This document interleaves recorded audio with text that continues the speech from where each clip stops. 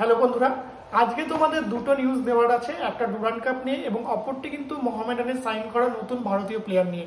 তো প্রথমেই ডুরান্ড কাপের কথাটা বলে নিই। ডুরান্ড কাপের যে দুটো সেমিফাইনাল রয়েছে তার প্রথমটা 26শে আগস্ট এবং দ্বিতীয়টা 27শে আগস্ট হবে, এবং 26শে আগস্ট কিন্তু শিলং রাজ্য মুখোমুখি হতে চলেছে নর্থ ইস্টের, এবং এই ম্যাচটাও কিন্তু হবে শিলংয়ে। এবং সেমিফাইনাল সেকেন্ড যেখানে মোহনবাগান মুখোমুখি হতে চলেছে পাঞ্জাব এফসির, সেই ম্যাচটা কিন্তু এইবার হবে কলকাতায়, অর্থাৎ যুব ভারতী ক্রীড়াঙ্গনে। এবং শুধু তাই নয়, ডুরান্ড কাপে যেটা ফাইনাল রয়েছে সেটা কিন্তু হবে কলকাতায়, অর্থাৎ কলকাতার যুব ভারতী ক্রীড়াঙ্গনে সমর্থকরা কিন্তু এই ম্যাচটি উপভোগ করতে পারবেন। এরপরে আসি মোহামেডানের নতুন ভারতীয় প্লেয়ার সাইনিং নিয়ে।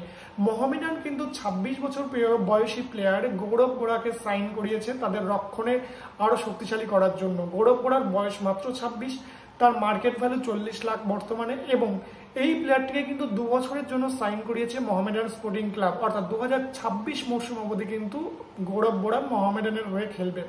এবার যদি আমরা প্লেয়ারটির স্ট্যাটিস্টিক্স দেখি প্রিভিয়াসলি, তাহলে আমরা দেখব এই গৌরব গোড়া কিন্তু টোটাল আইএসএল এ 60টা ম্যাচ খেলেছে, এবং এই 60টা ম্যাচ সে শুধু নর্থ ইস্টের জন্য খেলেনি, তার সঙ্গে সঙ্গে ওড়িশা এফসির হয়েও খেলেছে।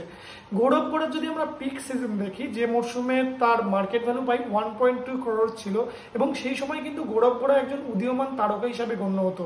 তো 2020-21 মরশুম কিন্তু গৌরব গোড়ার পিক সিজন ছিল। এই সময় সে উড়িষ্যার হয়ে 18টা ম্যাচ খেলেছে এবং প্রায় 1600 মিনিট খেলেছিল।